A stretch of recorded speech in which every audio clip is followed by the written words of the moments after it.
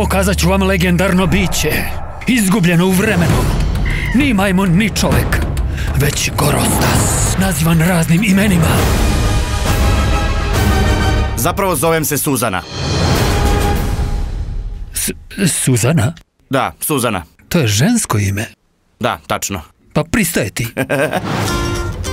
Treba mi neko ko poznaje udaljena mesta sveta, a ti si svetski poznat istraživač.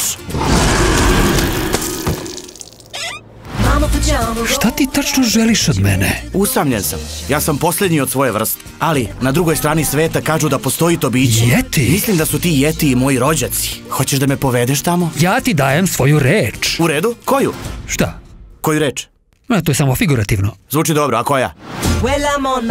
Dug je put pred nama. Treba nam mapa. Nećemo valjda da provaljujemo. Popni se i povuci me.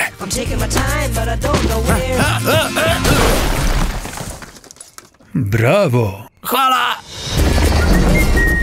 Da bi pronašli mesto gde pripadaš, treba da se uklopimo. Čudovište!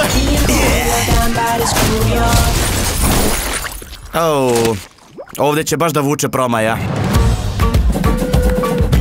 Jesam li dobro shvatila? Ti ideš na put oko sveta da nađeš Jetije. Ja znam tajne puteve kroz planine. Tražite Gamu? Molim vas, nikad ne spominjite kokošku. Kokoš nikad ps. Pozdrav, poštovana Gamu. Činite nam čast. A šta je s kokoškom? Neće biti lako, ali naći ćemo ti to mesto. Boja za spasavanje! Držim te! Shangri-La! Zovemo ga. A šta to znači? Beži, mrzimo te. Baci me iz jame. Mislim da si malo pretežak. A glupost, daj sve od sebe.